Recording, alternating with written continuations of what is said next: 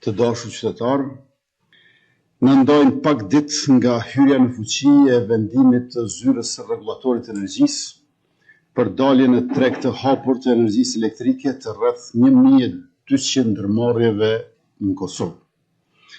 Këto përbojnë rreth 1% të ndërmarrjeve në vendin tonë, ato më të mëdhat dhe më të fuqishmet. Në mes në tyre, përfshihen edhe rreth 300 ndërmarrje që janë prodhuese, e të cilat si shpenzues të mëdhej preken më shumë nga zbatimi i kësaj reforme. Ne i mirë kuptojmë brengat e tyre në lidhje me sfidat e kësaj faze tranzicionit, por është rëndësishme të theksojmë se ky proces nuk është i befasishëm. Ligji për energji elektrike është miratuar që në vitin 2016.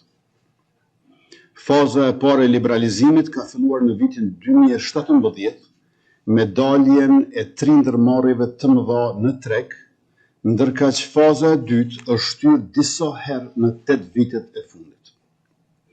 Shqipëria dhe Maqedonia e Veriut e kanë zbatuar këtë reformë vite më parë, e duke përfshirë një pjesë shumë të madhe të bizneseve, ndërsa bizneset tona kanë përfituar ndërkohë nga tarifa të rregulluara dhe subvencione direkte të faturave të bizneseve në vlerë prej 26 milion euro. Kësaj edhe pse sfida ekziston, bizneset tona kanë krijuar avantazh konkurrues e kanë pasur më shumë kohë se të tjerët për të përgatitur për ndikimin e daljes në treg.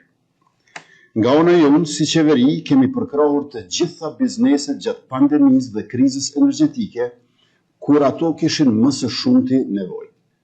Veçanërisht kemi qenë dhe do të jemi gjithmonë pranë prodhuesve vendor. Me 100 milion euro kredi të subvencionuara, miliona euro për certifikime, digitalizim dhe promovim të eksporteve, kemi ndihmuar me përkushtim që prodhuesit tonë të rriten, të modernizohen dhe të konkurrojnë fuqishëm. Sot po zhvillojmë edhe instrumente të reja për të përkrahur ata në këtë fazë të tranzicionit, siç janë skema për eficiencë energjetike e sisteme solare, subvencione për makineri eficiente, mbështetje për auditime energjetike e të tjera.